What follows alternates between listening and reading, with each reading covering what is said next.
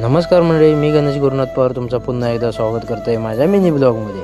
म्हणजे सकाळीच उठलं आहे, आंघोळ वगैरे केले, त्यानंतर आम्ही जाऊन निघालो मार्केटमध्ये. गाडी वगैरे काढलं आहे, आईक घेतलं आहे.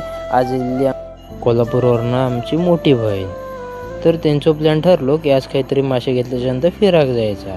मासे वगैरे आईन आणि बहिणीने घेतले, मासे वगैरे घराकडे आणून दिला. त्यानंतर आम्ही ते म्हटलं आमच्या गावातल्या 2 जागृत देवस्थानात पाया पडूक जाऊया. सुरुवाती केली आमच्या गांगोमाऊलीच्या मंदिरमध्ये. गांगोमाऊलीच्या मंदिरमध्ये पाय वगैरे पडून झाले.